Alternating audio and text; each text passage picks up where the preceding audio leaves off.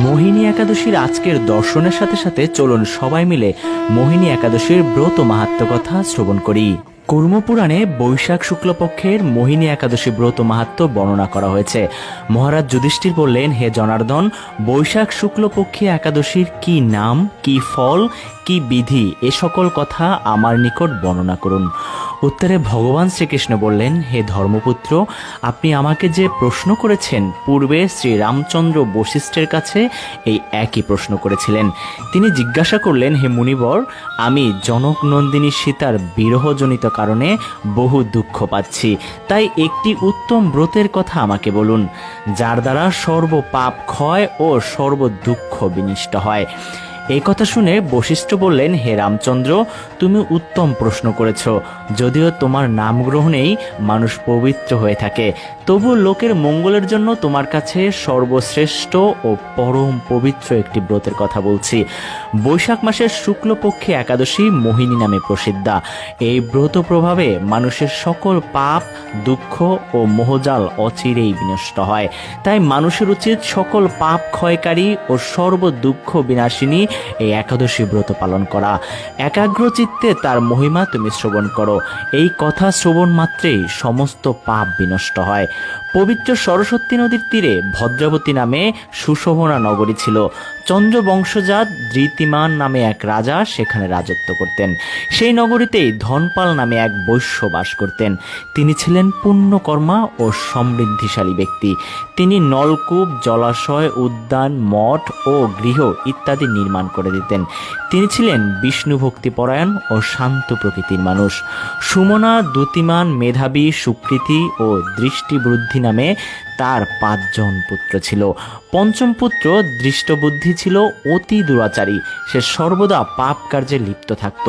পরস্ত্রী সঙ্গী, বেশ্যাসক্ত, লম্পট ও দ্রুতক্রিয়া প্রভৃতি পাপে সে অত্যন্ত আসক্ত ছিল। দেবতা, ব্রাহ্মণ ও পিতামাতার সেবায় তাকে একেবারেই মতি ছিল না। সে অন্যায় কার্যে রত, দুষ্ট স্বভাব ও পিতৃধন ক্ষয়কারক ছিল। সবসময় সে অভক্ষ ভক্ষণ ও সুরাপানে মত্ত থাকত।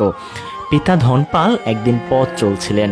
হঠাৎ তিনি দেখতে পেলেন দৃষ্টিবুদ্ধি এক বেশ্যার গলায় হাত রেখে নিঃসংকোচে ঘুরে বেড়াচ্ছে।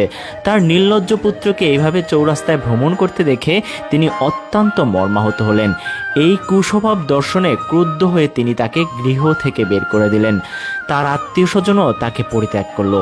সে তখন নিজের অলঙ্কারাদি বিক্রি করে জীবনযাপন করত। কিছুদিন এইভাবে চলার পর অর্থাভাব দেখা দিল। ধনীন দেখে সে বেশ্যাগণও তাকে পরিত্যাগ করলো। অন্নবস্ত্রহীন দৃষ্টবুদ্ধি ক্ষুধা তৃষ্ণায় অত্যন্ত কাতর হয়ে পড়ল। অবশেষে নিজের গ্রামে সে চুরি করতে লাগলো। একদিন রাজপ্রহরী তাকে ধরে ফেলল, কিন্তু পিতার সম্মানার্থে তাকে মুক্ত করে দিল। এইভাবে বার কয়েক সে ধরা পড়ল ও ছাড়া পেল, কিন্তু তবুও সে চুরি বন্ধ করল না। তখন রাজা তাকে কারাগারে বদ্ধ করে রাখলেন। বিচারে সে কষাঘাত দণ্ড ভোগ করল। কারাগারের পর অনন্য উপায়ে দৃষ্টবুদ্ধি বনে প্রবেশ করলো। সেখানে সে পশু পাখি বধ করে তাদের মাংস ভক্ষণ করে অতি দুঃখে পাপময় জীবনযাপন করতে লাগলো। দুষ্কর্মের ফলে কেউ কখনো সুখী হতে পারে না, তাই সেই দৃষ্টবুদ্ধি দিবারাত্রি দুঃখ সুখে জর্জরিত হলো। এইভাবে অনেক দিন অতিবাহিত হলো। কোনো পুণ্য ফলে সহসা একদিন সে কৌডিন্য মুনির আশ্রমে উপস্থিত হলো। বৈশাখ মাসে ঋষিবর গঙ্গা স্নান করে আশ্রমের দিকে প্রত্যাবর্তন করছিলেন। শোকাকুল দৃষ্টবুদ্ধি তার সম্মুখে উপস্থিত হলো। ঘটনাক্রমে ঋষির বস্ত্র হতে এক বিন্দু জল তার গায়ে পড়ল। সেই জল স্পর্শে তার সমস্ত পাপ দূর হলো। হঠাৎ তার সুবুদ্ধির উদয় হলো। ঋষির সামনে সে কৃতাঞ্জলি পুটে প্রার্থনা করতে লাগলো, হে ঋষি শ্রেষ্ঠ, হে পুণ্য প্রভাবে আমি এই ভীষণ দুঃখ যন্ত্রণা থেকে মুক্তি লাভ করতে পারি, তা কৃপা করে আমাকে বলুন।